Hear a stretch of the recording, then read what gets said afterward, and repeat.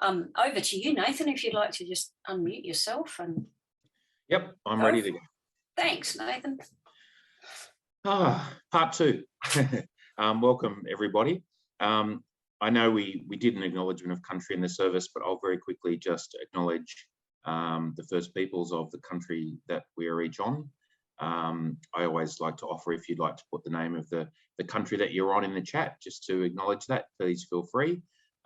We acknowledge country, we acknowledge elders past, present and emerging. We acknowledge the wisdom of our elders and of those that have come before us, who have led us to be where we are today. So thank you for that.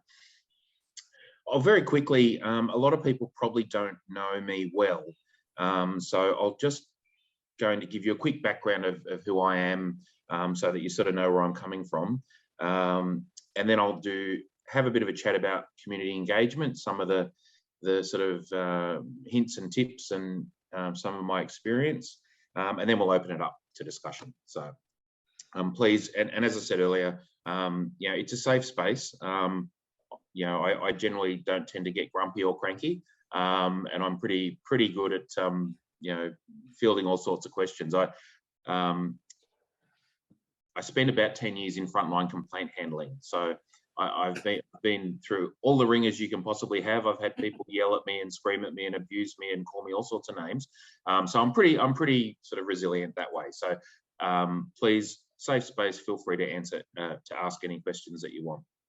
So my background, so my father is Aboriginal, and then my grandmother, my paternal grandmother, and then back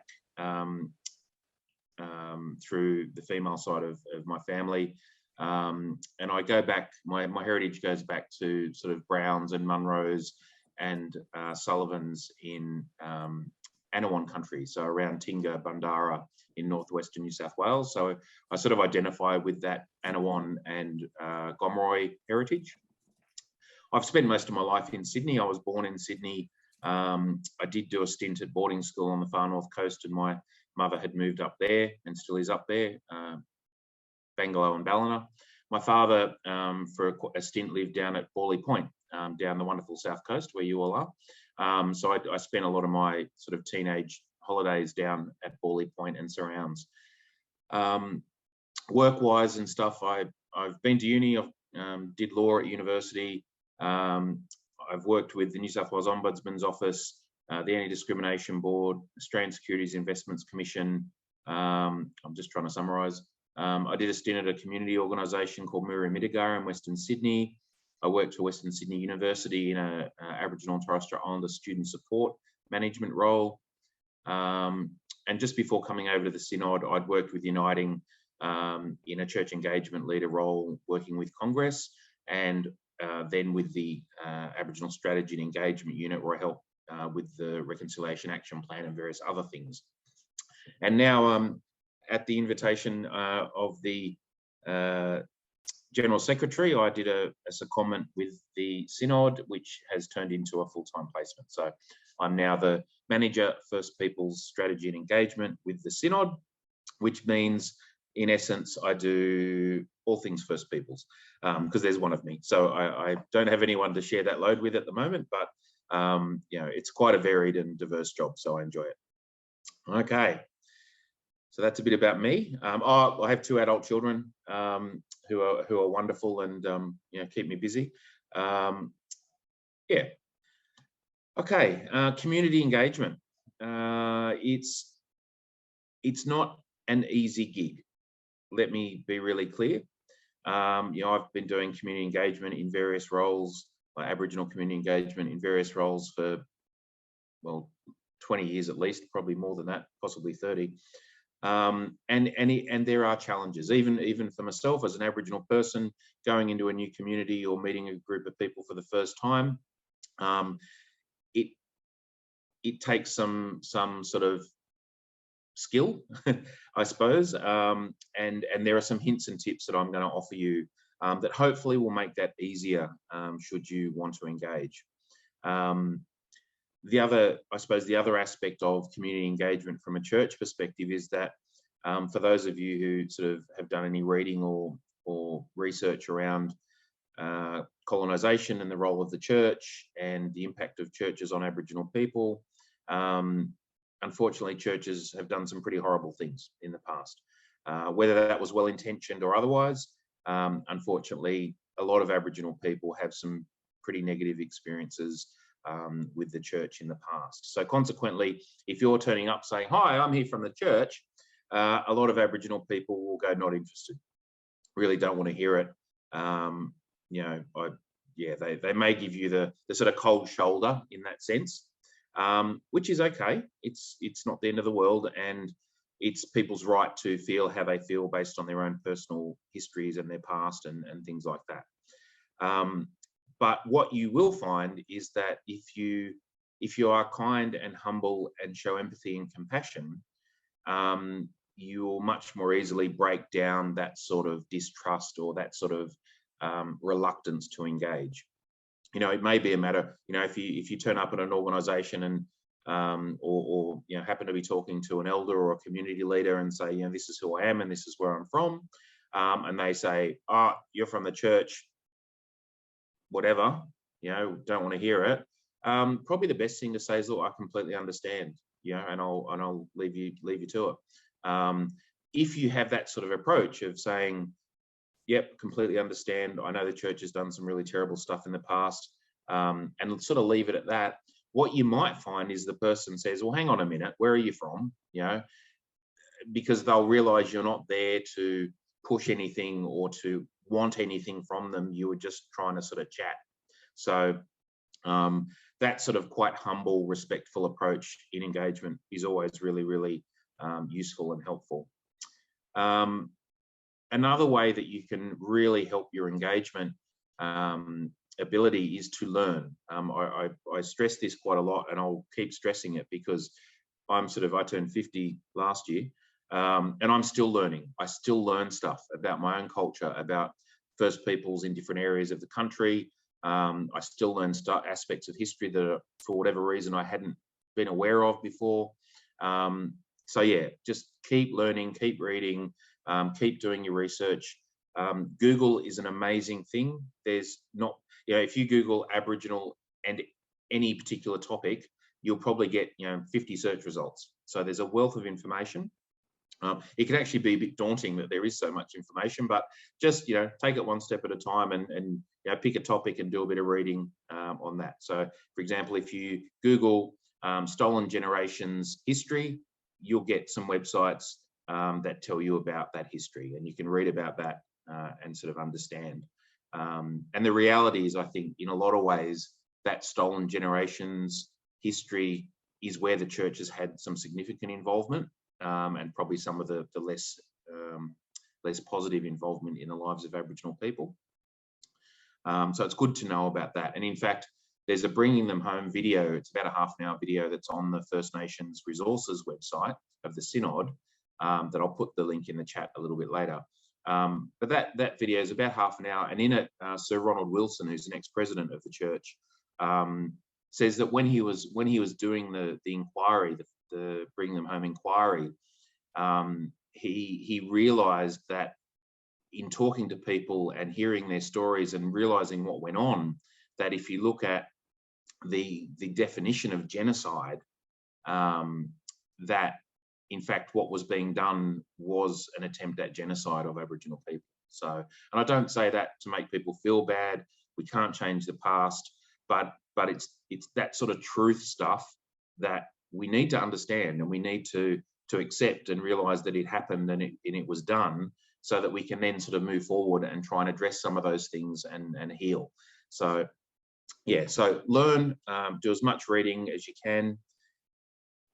I mentioned empathy and compassion.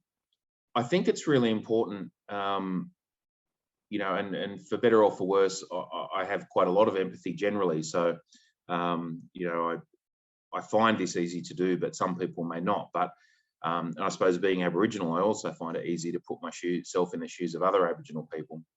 But empathy and compassion, I think as Christians, it's probably, you know, core to our faith to have those things. But sometimes I think when it comes to Aboriginal history and what's happened, people don't maybe have as much empathy and compassion as they possibly could. So I encourage people to think about, put yourselves in the shoes of Aboriginal people and Aboriginal communities that have been impacted by this colonisation, by having their land taken off them, by being moved off their traditional and ancestral lands, by being put into camps, essentially, reserves, missions, being told they couldn't speak their language, being told they couldn't practice ceremony, being told, you had to get permission to be able to marry someone from the mission manager or the manager of the reserve. If you wanted to visit a sick relative somewhere else, you had to get permission to do that. And when I say you had to get permission, that wasn't an easy thing. It wasn't as though you just had to fill in a form and it would be okayed. You would ask and quite often be told no. So sometimes you didn't get to marry, you didn't get to visit your sick relative in another place. So there's a lot of this history stuff. So I think as human beings, if we put ourselves in those shoes of those people, it would have been really, really hard. There would have been a lot of grief and a lot of sadness and a lot of pain in being subject to those sorts of conditions and requirements. And that's not even thinking about the frontier wars that occurred, and about some of the massacres of Aboriginal peoples that occurred around the place. I can't even begin to imagine the grief and trauma relating to those things. And yes, these things did happen a long time ago. Not relatively a long time ago. For some people, those things, like stolen generations, we have people alive that were a part of the stolen generations.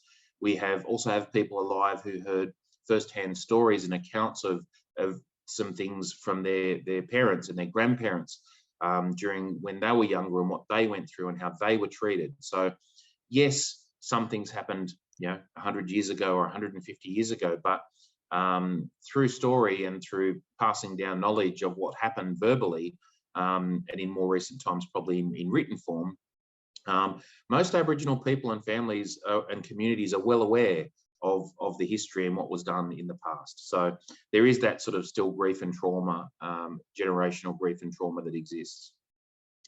So if you want to engage with Aboriginal people and communities, do your homework, understand the background, understand Australian history, try to read stuff that is written by Aboriginal people from an Aboriginal perspective, because you will get a different perspective on an event from an Aboriginal person usually than you would from a non-Aboriginal person, just because of a different cultural perspective and a different cultural experience and take on things.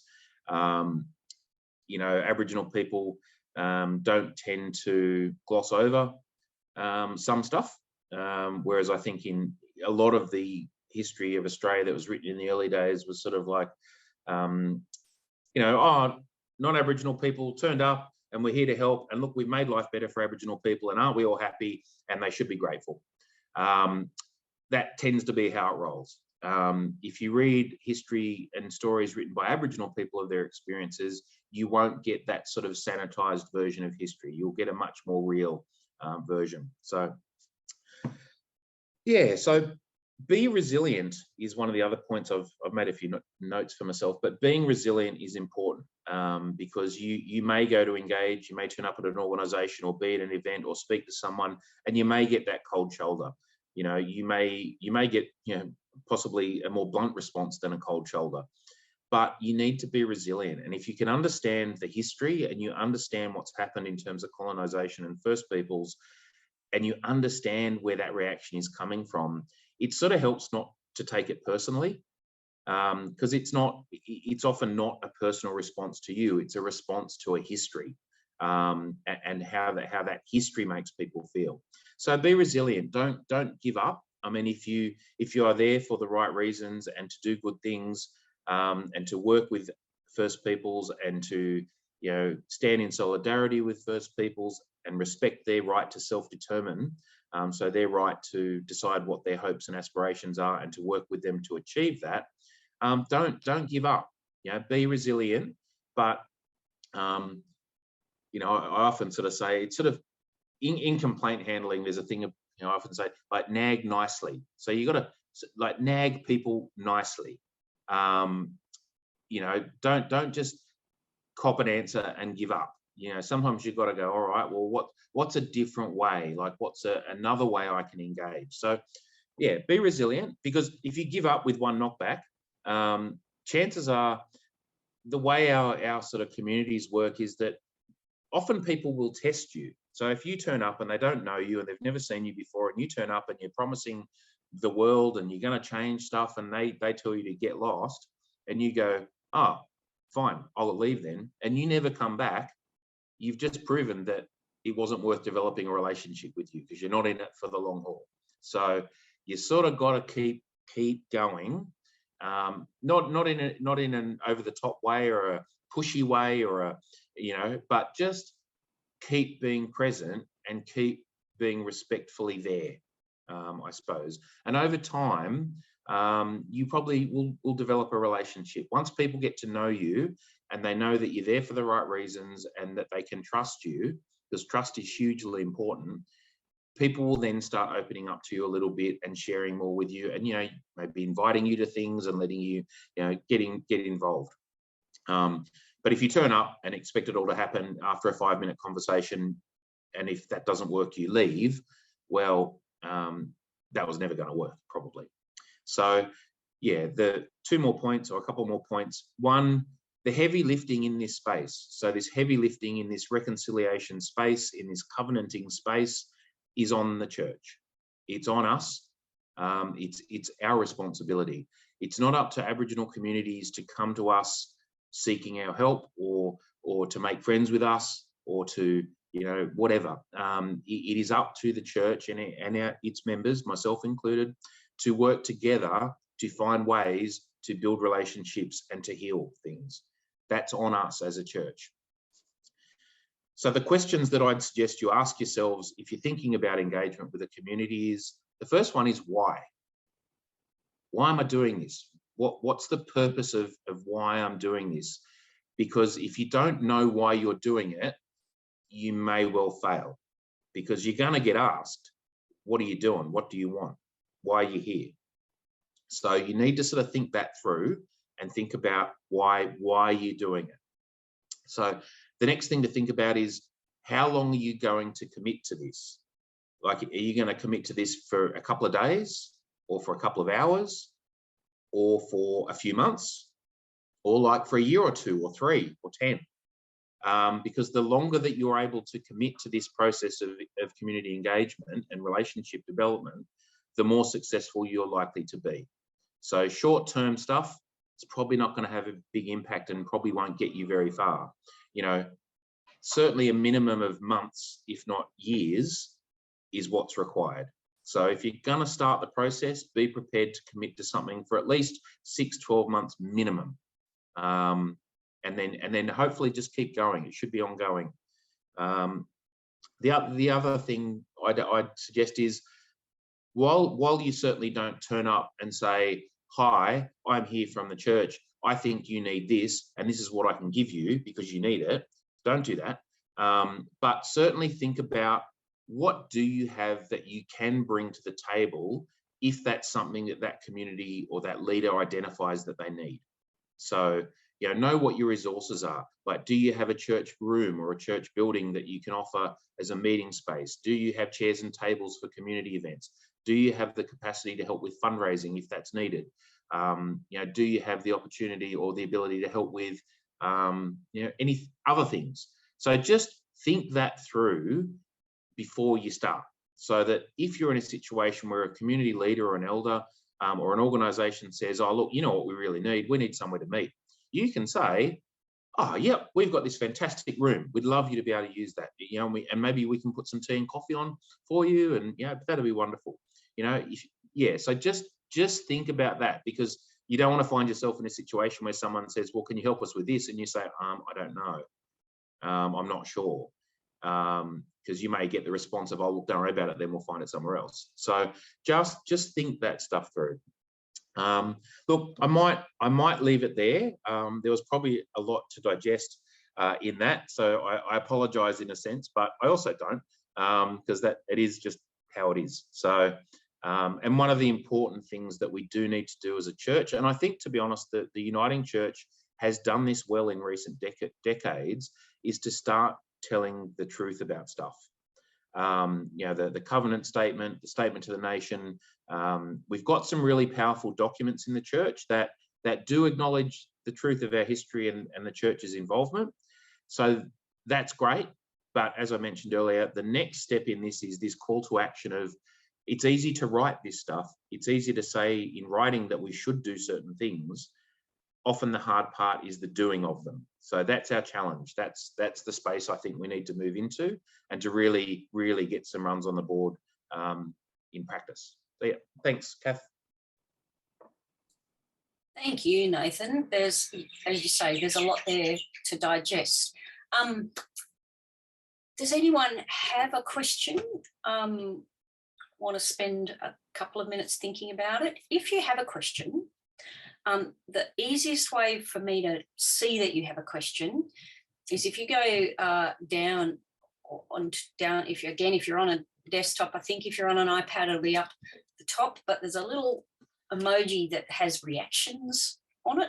It's like a little smiley face with a plus. If you click on there, somewhere, is that where it is? No, that's not where it is. Where's the hand up? Anyone know where the hand up button's gone? Oh, look, Fiona's found it. In the reaction, in the reactions. Yes, that's what I thought. Oh, there it is. Yes. So under the reactions, it says raise your hand. And what that does is, if you can click on that, what it does is it does two things. You'll have seen Fiona's clicked on it, and it means it pops her up to the top of the screen. Morris has found it too. Pops you up to the top of the screen so I can see you very clearly. So Fiona, do you want to ask your question?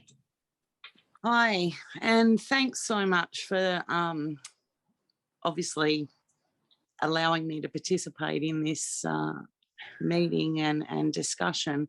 And I guess what I'm really questioning is the work I do over in the Kimberley region and the continual daily community engagement opportunities that I have.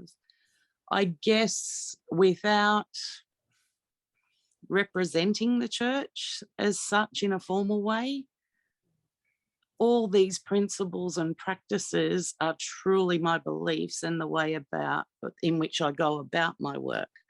So, and, you know, I'm very thankful. After 13 years, I'm very well known and connected to a lot of communities between Broome and Kununurra, 1100k distance.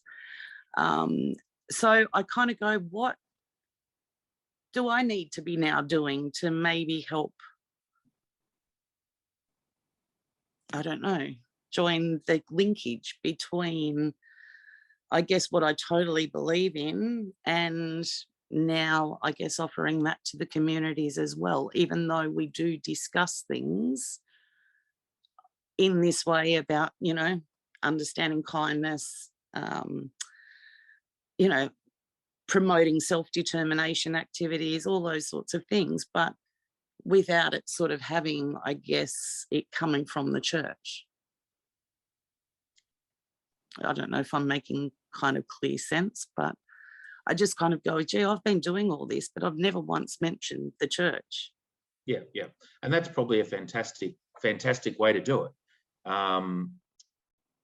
Like, I think, you know, when you mentioned you've been doing it for 13 years, the first thing I thought was, and that's the sort of time frame of engagement, that's perfect.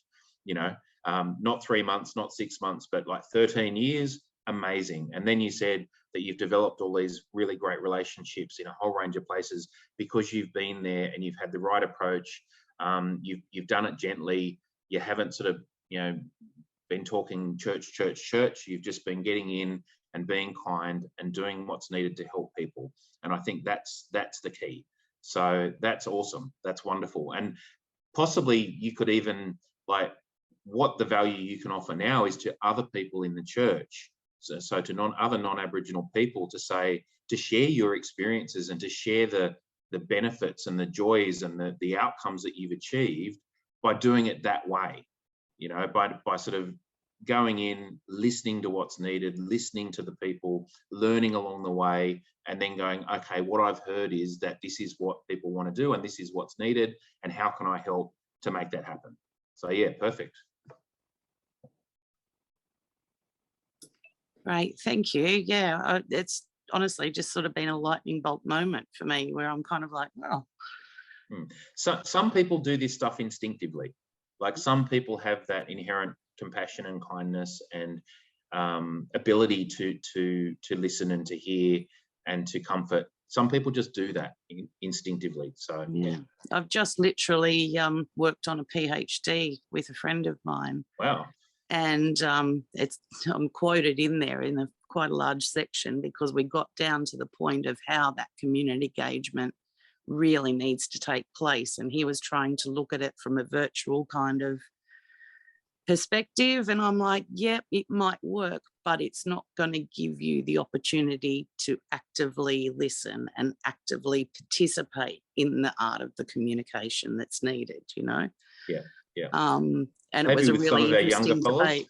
Yeah, maybe Sorry? with some of our younger mob, they're into the Facebook and the all that stuff. But certainly, I know my experience with a lot of our older mob is that they're not great with technology and they're not great with the online stuff. So, and I think always that face-to-face, person-to-person stuff is key. Yeah. Yeah, absolutely, and definitely, I agree with your teaching of learning. You know, learning about the culture, learning about the history. And I did put in the chat, you know, I remember when I first hit the Kimberley, I was absolutely appalled to think I was 3 years old when the last recorded killing of an Aboriginal person was under the Flora and Fauna Act over there. Yeah. And like just could not get my head around that for a long, long time. Yeah. And then the second big teaching I had around culture and cultural protocol was me driving 460 Ks out past Fitzroy Crossing to a community called Wonkajonka, driving in very quiet, not realising why it was so quiet until I found a group of people sort of under a tree.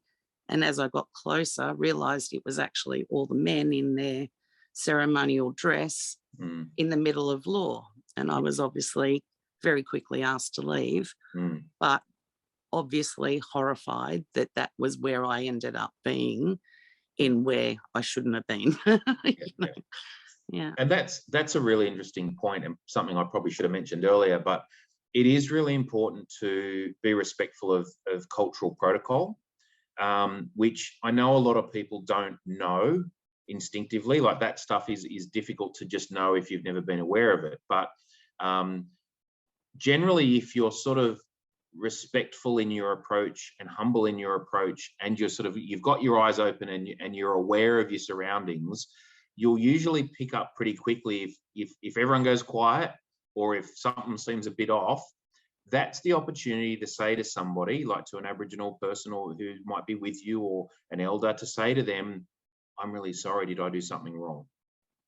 And 99% of the time they will tell you. They will say, yes, you need to go, or yes, this is what you did and you can't do that. And if you say, look, I'm really sorry, they'll normally go, it's okay, just don't do that again. So that's the way to approach that sort of stuff. There is a fair bit of information online in terms of cultural protocols in different areas. Certainly the top end and a lot of those spaces have protocols around, who can talk to who and who can be in a room with each other in terms of Aboriginal peoples. So, for example, if you're an employer and you want to you've got a large group of Aboriginal staff and you want to have a staff meeting, you might find that, all of a sudden some of the people in the room have turned their back at other people, and it's not out of disrespect, it's actually out of respect because they can't look at them under protocol. So yeah, stuff like that. But I mean, we don't tend to find that so much in New South Wales, those sorts of protocols. We certainly do have protocols, but some of that sort of kinship type protocol, it probably did exist at one point in time, but I think over the years, perhaps I'm just guessing a little bit, but because of the influence of non-Aboriginal culture and stuff, we've learned to adapt certain protocols to fit in and be easier within an environment that's not conducive to sort of not being able to talk to each other and turning our back on each other and things like that. But the beauty of the top end is that, you know, they were one of the last places impacted by colonisation, and those communities have managed to maintain those cultural protocols, which is just awesome. So yeah. Cool, thank you. Thanks, Fiona. Thank you, Nathan. Does anyone else have a question? Diane, go for it. Thank you, Nathan. That's been great today. I have a very basic question, which if a congregation really wants to get more involved in this stuff, but they don't know any Aboriginal people, are they best to concentrate on education and advocacy, or should they, but if they know there's local First Peoples in the area, but they don't know them, should they try to find them? I mean, I understand you need the education first, but is that the area they should really push rather than going to try and build a relationship? Look, I think you can do both. I mean, I think it's important to certainly have at least a base level of understanding of Australian history and things like dispossession and stolen gens and those sort of big issues. I think it's really important to understand that. I think it's also really important that whoever does the engagement has the right, I suppose, attitude. So having things like that, compassion, humility, kindness, yeah, that's probably an important attribute of whoever's going to sort of be at the front of the engagement. Because I certainly wouldn't recommend, and I know no one would do this, but I wouldn't recommend that like 20 people from a congregation turn up at an Aboriginal organisation. What you'd probably find is, or want to do, is maybe get one or two, say 2 people from the congregation that might go and have a chat with someone from a local organisation. Now, there are different ways you can do that. And I'll tell a quick story because it sort of helps illustrate a point. But when I first worked with the Ombudsman's office, I had to go and do some community engagement down in, I think it was in Bega. And my boss, of course, said to me, being very thorough, said, Nathan, I want an itinerary of where you're going to go and who you're going to speak to, basically to justify the cost and the trip, you know. And I said, okay. I said, I don't normally tend to work that way. And she said, no. Like if I'm going to approve this, I need to know where you're going and who you're talking to. And I went, okay, fine. So I rang around. I rang, you know, the health service and the land council and the housing co-op and various other sort of Aboriginal organisations, and teed up times to meet with people, and wrote it all up and gave it to my boss. And she was very happy. She was like, oh, this is fantastic. And I'm like, yep, no worries. Of course, when I got to Bega, I turned up to my first appointment. I think it might have been at a health service or a housing co-op, and said, oh, look, you know, my name's Nathan. I just had a meeting with, you know, John at 10 o'clock. And she said, and the receptionist said, oh, John's not here. Is it a meeting? And I went, oh, is something, yeah. And she said, oh, there's a meeting this morning about a house. There's a community house that was the subject of a bit of dispute about who was going to get the house. So they were having this meeting to talk about who was going to get the house. And of course, it was pretty important that certain people be there. And she said, and we've also had some sorry business. So there's some stuff on this afternoon and people might not be around. So I went, okay. So what I did was said to her, look, you know, given what's going on, is there anyone that might be around that I could go and have a chat with? And she said, oh yeah, look, just this one, you know, Sally, you know, Sally's down at the land council. She'll still be there. You know, just go down there. And so I go, okay. So I went down and spoke to Sally. Of course, by this stage, my itinerary has just completely gone out the window. You know, because all the people I was going to meet with in the times is just, it's all gone. So anyway, I went down and spoke to Sally, and after I had a good chat to her and introduced myself and stuff, I said, like, who do you reckon I should go and have a chat with? And, you know, she'd give me a name or two, and then I'd go and track those people down at places and go and have a yarn with them. And I ended up spending the whole day talking to different people, probably about 90% of whom weren't on my itinerary, and not any of the times that were on my itinerary. So when I got back to work, I explained to my boss what had happened, and she looked at me and said, oh, She said, I'm sorry. She said, next time I should just trust you, shouldn't I? And I said, pretty much. So anyway, so that's the story. And she did. She learned from that experience because, you know, I'm good at what I do in that engagement sense. So I suppose that's one of the keys is, you know, there might be 2 or 3 Aboriginal organisations in your town or place. There might be a land council, there might be a health service, Aboriginal medical service, there might be a housing co-op, there might be a traditional owners group or elders group. So they're all potential opportunities to engage. One of a really good way to start some engagement is if you can find a local Aboriginal organisation that provides either a walking on country sort of experience or a cultural awareness training type experience. You probably need to pay for it, but that's a really easy way to actually get, you know, 1 or 2 or 3 people from the local community to come and take you through that, whether it's walking on country or cultural awareness training.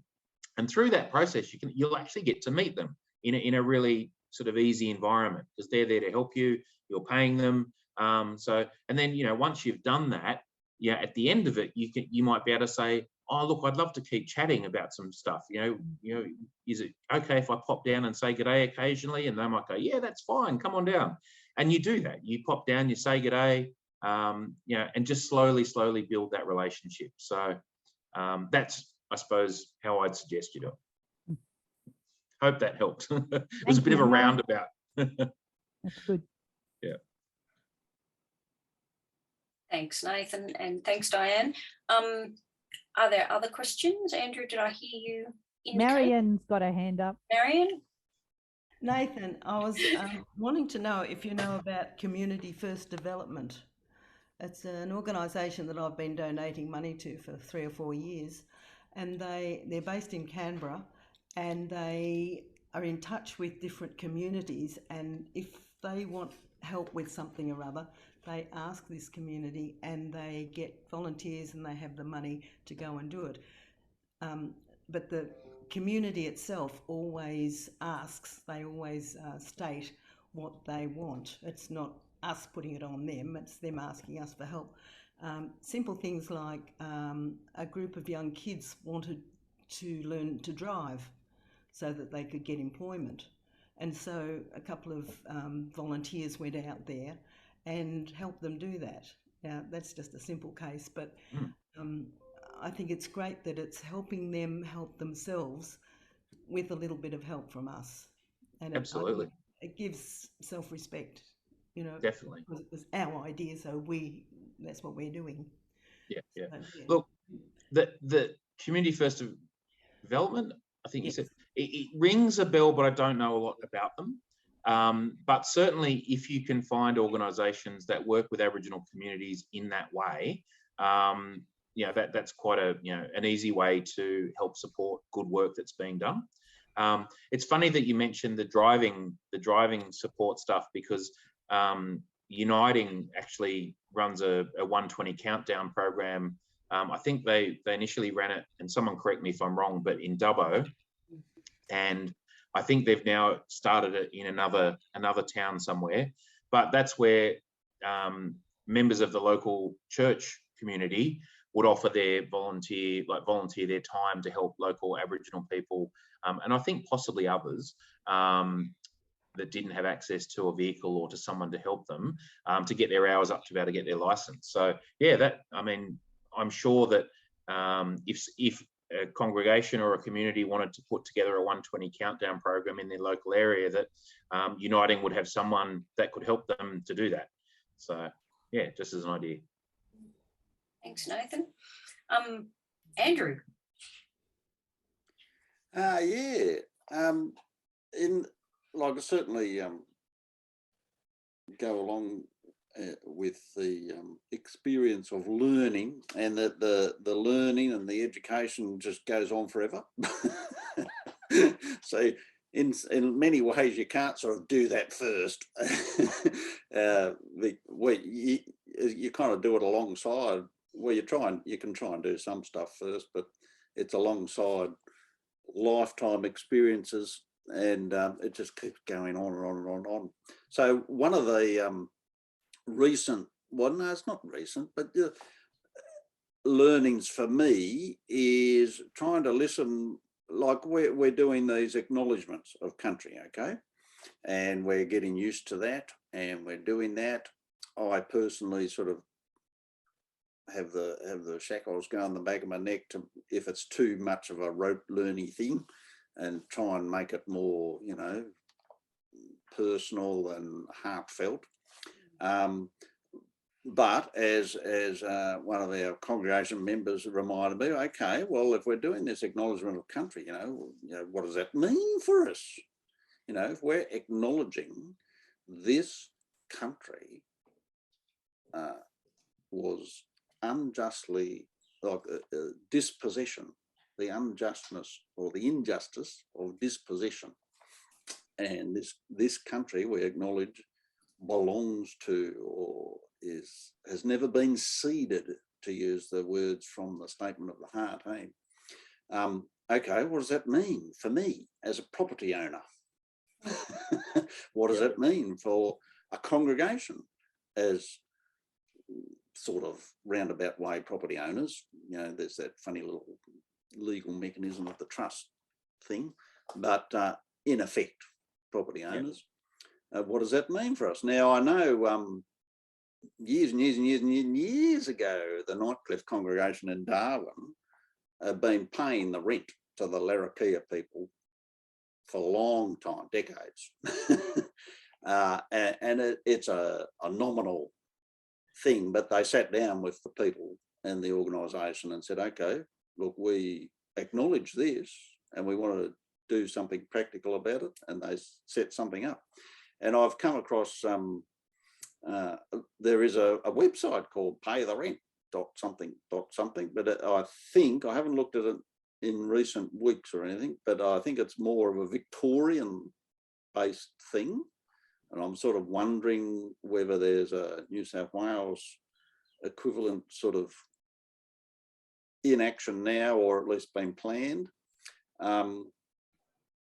Yeah, that and it's a confronting thing, because Absolutely. like, yeah, we've got property and we've got a title, and people have purchased it, and it's many transactions away from the original dispossession.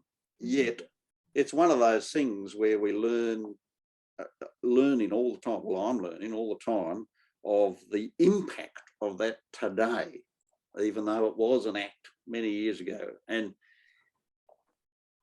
the whole sense of wealth and security and safety that I have as a property owner, and mixing that with this acknowledgement of country, and quite happily in my head to do that acknowledgement, but then to go, okay, well, what's the implication, you know? Yeah.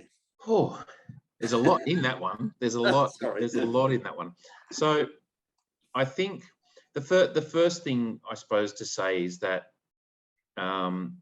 in practical terms, in terms of private ownership of land, I think there tends to be a general acceptance of reality by Aboriginal peoples that as much as we, you know, possibly would like that to change, it's not going to change. It's property ownership. It's people have deeds and titles, and you know, for the most part, I think most Aboriginal people accept that you know, land councils and stuff aren't going to be able to get their hands on people's backyards, so to speak. Because I remember, you know, that was you know, a question lots of people were asking at one point in time. You know, is my backyard safe? Backyards are very safe. So in New South Wales, for example, the Aboriginal Land Rights Act talks about the Aboriginal Land Council. One of its purposes is to make claims on unused Crown lands. So Crown lands, as in not private lands, but land owned by the Crown, that's currently not being used. And that was set up to address that dispossession issue. So Aboriginal Land Councils, with the support of the New South Wales Aboriginal Land Council, can lodge claims for unused Crown lands. The distressing thing about that is that at one point, it hopefully has changed slightly, but in one point there was something like 30,000 land claims that were sitting in a backlog with the Land Titles Office. So you had this beneficial legislation that was introduced in 1983, the Aboriginal Land Rights Act, that was meant to support Aboriginal peoples and communities to gain access back to country of unused Crown land, that essentially then got backlogged by a system that obviously wasn't set up or resourced to be able to cope with the claims. And I'm sure a lot of Aboriginal people would argue that the system was actually set up to find ways to not approve those claims, as opposed to trying to find ways to approve those claims. So that issue, I believe, has currently been the subject of a review by Chris Ronalds, who's a lovely lady. She's a barrister. I believe she led this review into that system, and there is going to be some things put in place and resourcing to fix that. So that's sort of the land stuff. Now, I would always encourage congregations in terms of sale of property and things, or gifting of property, to consider whether there would be utility in gifting or selling at a reasonable price, or very, very, very reasonable price, land back to an Aboriginal organisation or to a particular community. The challenge in some cases, however, is, for example, I'm aware there was a big chunk of property that wasn't really useful for a lot of things, and the church was sort of saying, well, look, should we just give this to an Aboriginal organisation or to a land council? The challenge with that situation was that, you know, there'd been a lot of illegal dumping on the property. There was need for weed control. There was not a real economic use for the land at the time. So if you just gifted that land to someone, you're actually burdening them with a lot of costs associated with maintenance of the land. So you've got to sort of think through what's helpful, I suppose. Now, you could always have the conversation about that with the relevant group and say, you know, would you like it? We're happy to give it to you if you're happy to give it. They may well say, look, actually no, because it's going to be such a drain on our resources to try and maintain that land that we don't really want it. Or they may say, look, you can give it to us, but we'll need to sell it, and we can utilise the resources to do something else that's more constructive. So yeah, there's a few different elements of that. The other thing I'll just quickly say about acknowledgement of country, because I do get sometimes people say, oh, but we do it all the time, it gets a bit boring or a bit mundane, or I just feel like I'm repeating myself. I thought of this a while ago, and I've said it a few times, but it's sort of like, you know, if I go to someone's house, if they invite me there for dinner, and, you know, I might have been to their house 10 times or 20 times before, but nevertheless, if I go to their house for dinner and they put a lovely meal on the table, I will always acknowledge and say thank you. So, and, you know, say thank you so much for inviting me. It's so lovely to be in your home. I really appreciate being here, and thank you for cooking me a lovely, lovely dinner. You know, I don't sit there and eat dinner and then go, well, I thanked them for the last dinner and the dinner before that and the dinner before that, and it's getting a bit boring, so I won't thank them this time. So that's how I tend to sort of look at it. It's, yes, we might use a similar form of words all the time, but it's a nice thing to do, and it's just courtesy and respect. So I hope people don't get bored. And as Andrew said, you can mix it up. You know, it doesn't always have to be the same form of words. You can throw in talking about your own personal experience when you maybe visited a community or got to know an Aboriginal person and what you learned from that. You can mix it up a little bit. Anyway, I'm conscious of time, so I'll stop talking. Thanks, Nathan. Fiona, I'm just going to hold you and ask if there's anyone else who has a question. But if not, I'll get you to Julie. Well, Julie, do you want to go, and then we'll ask Fiona for her? It's not really a question. It's sort of offering some recent publications to help people understand some of the Aboriginal culture, and also even some information behind Sorry Day and the Stolen Generations. So I don't know, Nathan, you might have seen these books. One is Sorry and Beyond. Are you aware? It's only a recent publication. I hadn't seen that one, no. No, it's written by Brian Butler. He's a Aboriginal person from South Australia, and John Bond. So really it gives you the history of how Sorry Day came about and the time that it took for the Sorry Day to eventuate. And the Reverend Ronald Wilson was quite instrumental in the beginnings of that. But it took decades, not, you know, months, as you, and everyone who knows with Aboriginal issues, yeah, it does take things. So I'd recommend that. So that was recommended to me by someone who's a close friend of one of the authors, John Bond. And then there's another series of books that has just come out since 2020 and basically put together by the National Museum of Australia and the curator there, who is an Aboriginal person, Margot Neal. And the one I've read so far is called Songlines. And I've read a few books on songlines and went to the exhibition of the Seven Sisters in Canberra when it was on. So this won the Victorian Premier's Literary Awards in 2021. It was on the short list.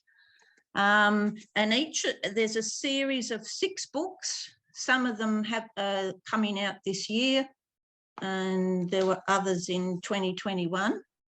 But I found this Songlines one really gives you a good understanding of what underpins the whole Aboriginal culture and why it is and how everything fits together. So once again, the authors, one's an Aboriginal and the other is non-Indigenous. So the two write different chapters, and they do acknowledge that because it's written in the English language, some of it was hard to translate. So they did the best they could to give you. But I found this one, yes, sort of gave a good understanding of it, and it's called Songlines. Fabulous. Thank So you, Emily. Yes. Just a slight correction. I think Ronald Wilson probably doesn't claim to be a reverend, but he does claim to have a sir or a justice. Sir. Oh, before it. sorry. And he was a justice of the High Court. He's a That's very right. smart man. Yes. Yes, plenty of titles to refer to him with. Yeah, and I mean, Nathan, that kind of reminds me, is there a reading list on the resources website? That might be something to consider. Yeah. There's not at the moment, possibly and probably because it's just a matter of me researching, you know, all of it. I can probably, there's probably stuff I can actually find. Someone's probably...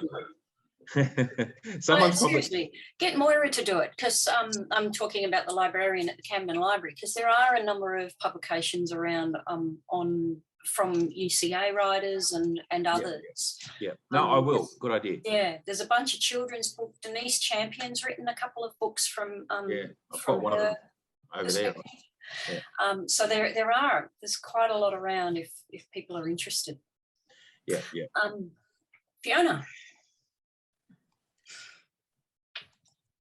Sorry, again, just very quickly, not a question, but I thought I would share something that's just occurring over in the Kimberley that's quite interesting and may not be as appropriate over here. I'm not 100% sure, but obviously there's been lots of land that has been successfully given native title to.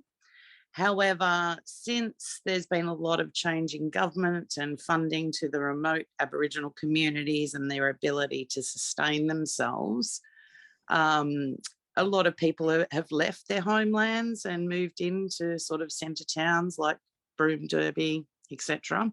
Yeah. However, there is this wave at the moment that's going on, and with trying to achieve consensus and agreement with the native title claimant family groups to actually get some of the land removed from the native title claim to allow them to subdivide and build their own houses and be eligible for things like the first home buyers grant and what have you, that they're automatically cut off from, Yeah. even if they wanted to build their own new home.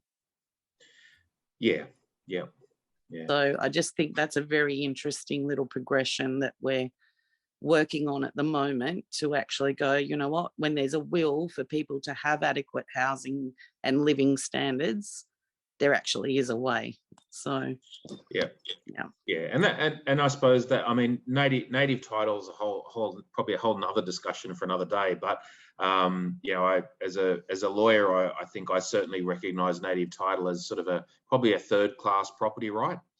It's certainly not freehold, and yeah, it's a couple of steps removed from freehold title. So obviously, freehold ownership is the best.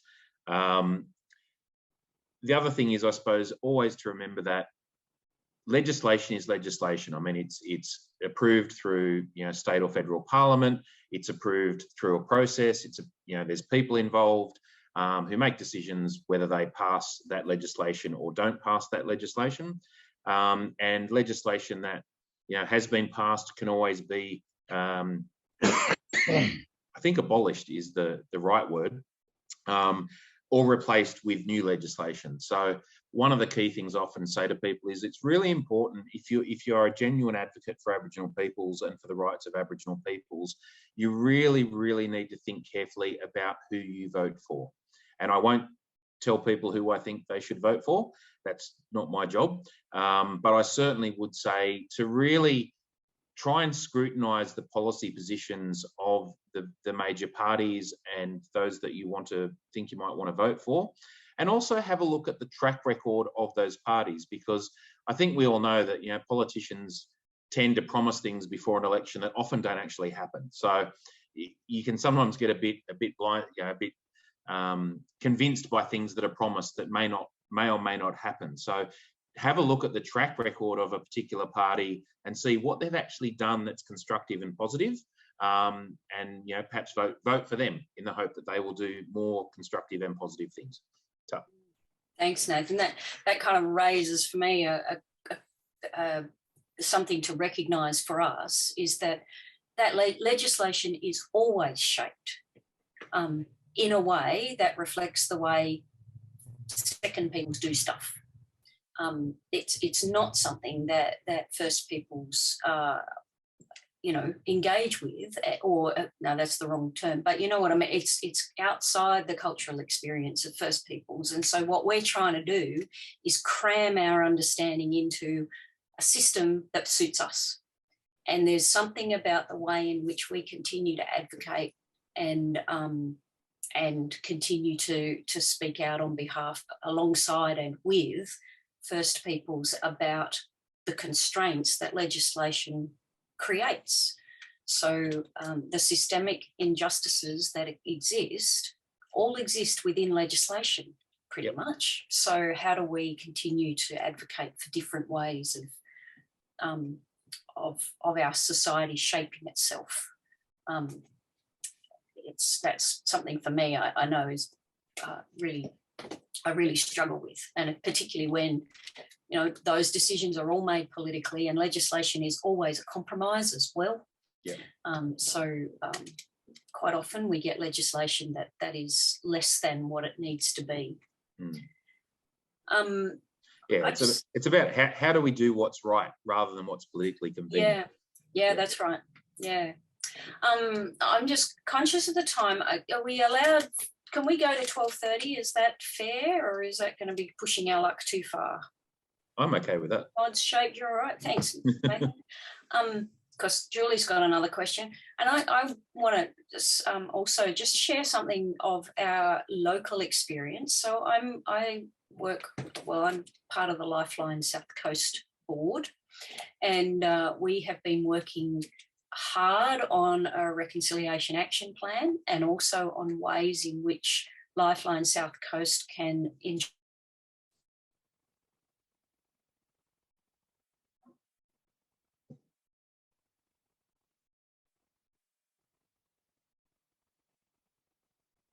for us. I know the board, and certainly for me personally, being really confronted with in engaging with those communities about the kinds of services that Lifeline might be able to offer and assist with in an area that we know is a struggle for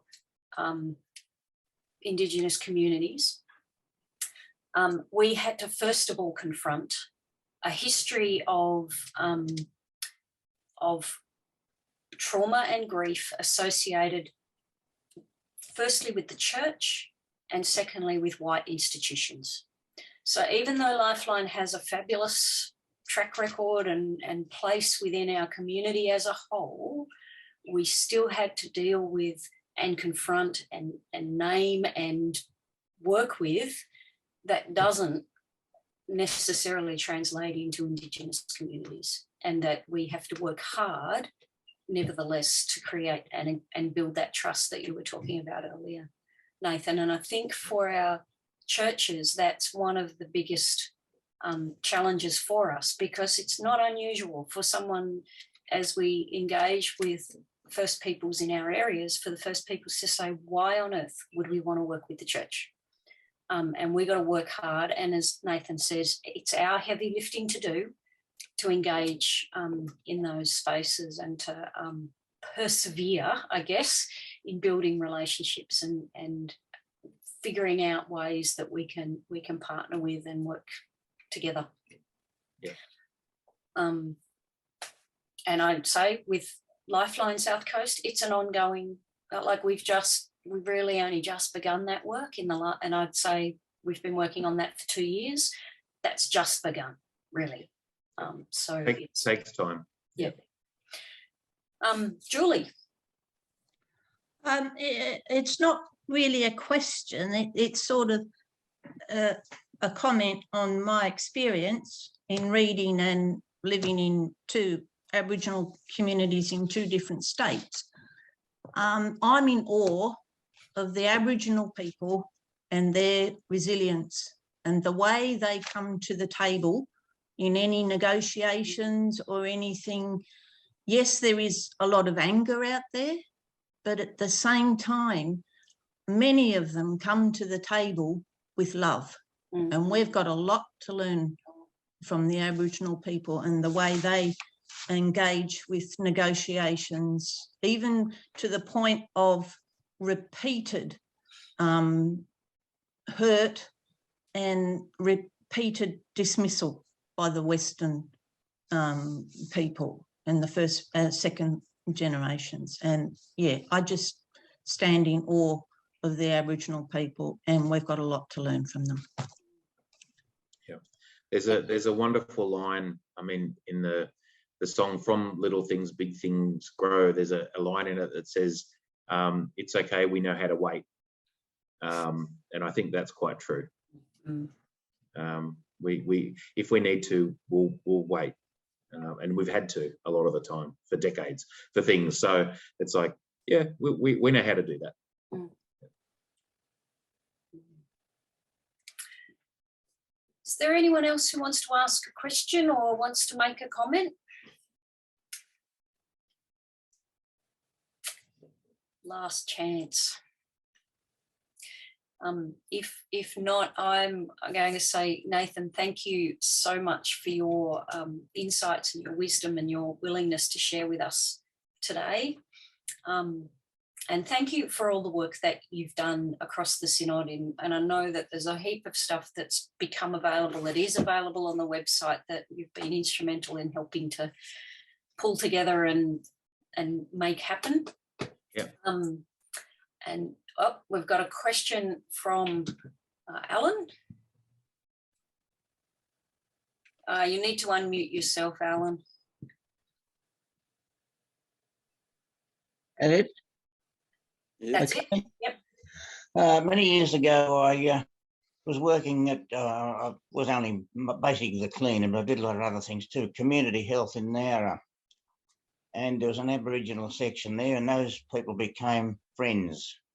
One was a very well known elder by Iris McLeod, who I haven't heard of for years.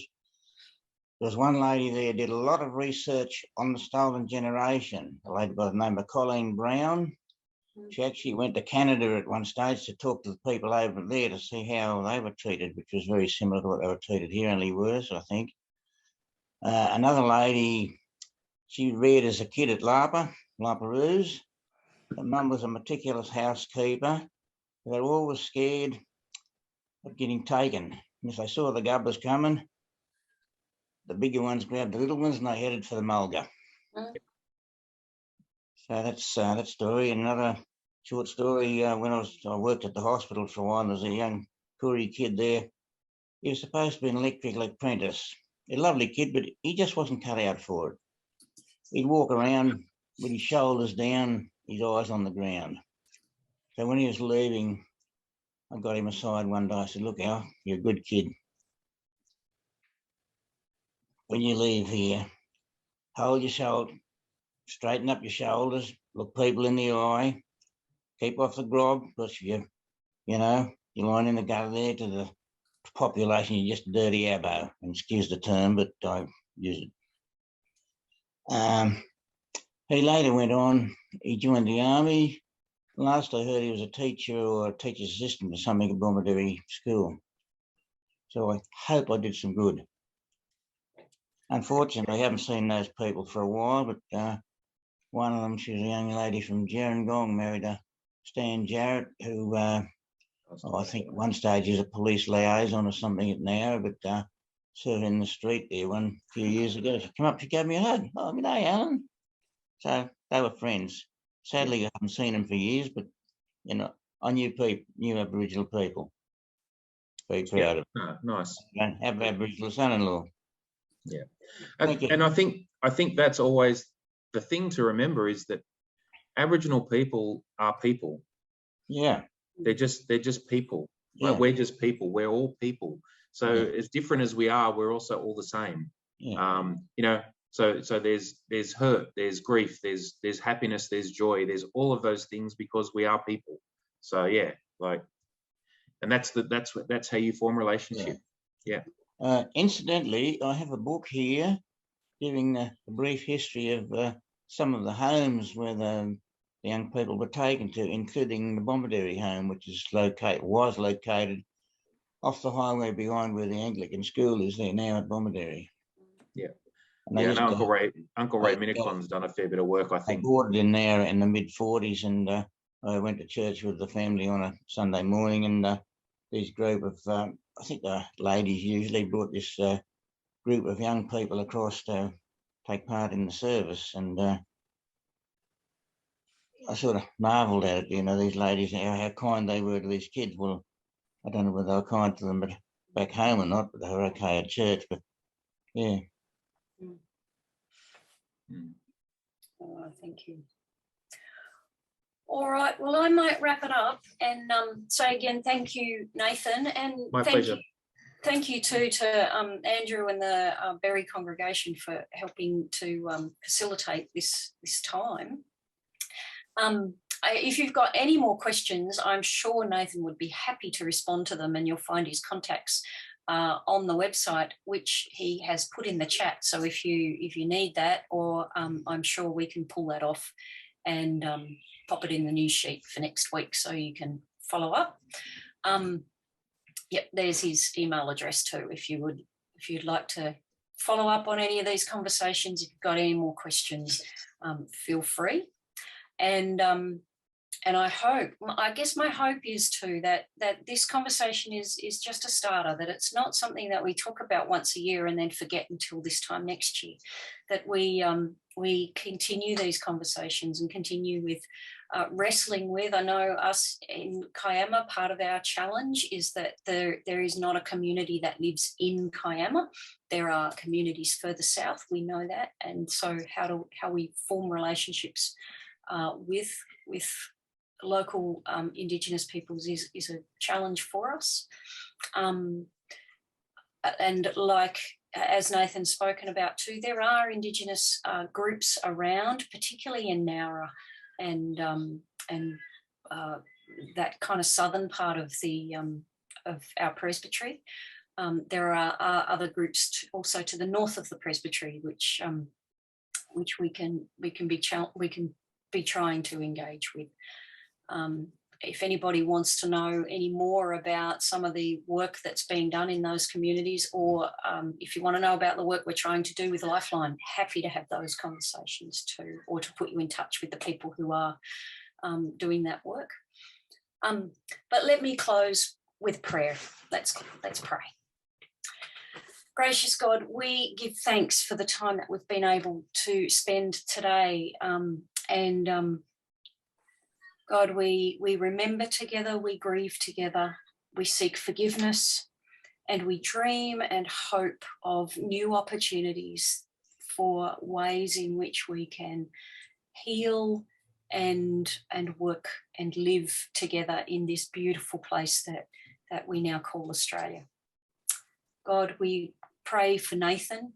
We thank you for the work that he is doing around New South Wales and the ACT. And we pray that you'll continue to strengthen him, to guide him, to protect him, to give him the wisdom that he needs. The challenges that he faces walking between the world of white Australia and the peoples that he is a part of. We just pray that you'll help him in that space, and that at every point you'll provide people and carers and those to hold him and lift him and support him. God, we pray that you'll give us courage to have the difficult conversations we need to have, that you'll give us courage to make the changes we need to make, that you'll give us wisdom and compassion in the ways in which we challenge ourselves and in the ways in which we challenge one another to grow into the healing and the reconciliation to which you call us. God, as we go into this beautiful day, we pray that you'll watch over each one. Bless us as we go. May your Spirit continue to prompt and nudge us to be the people you call us to be. In Christ's name we pray. Amen. Amen. Thank you. Thank you, Nathan.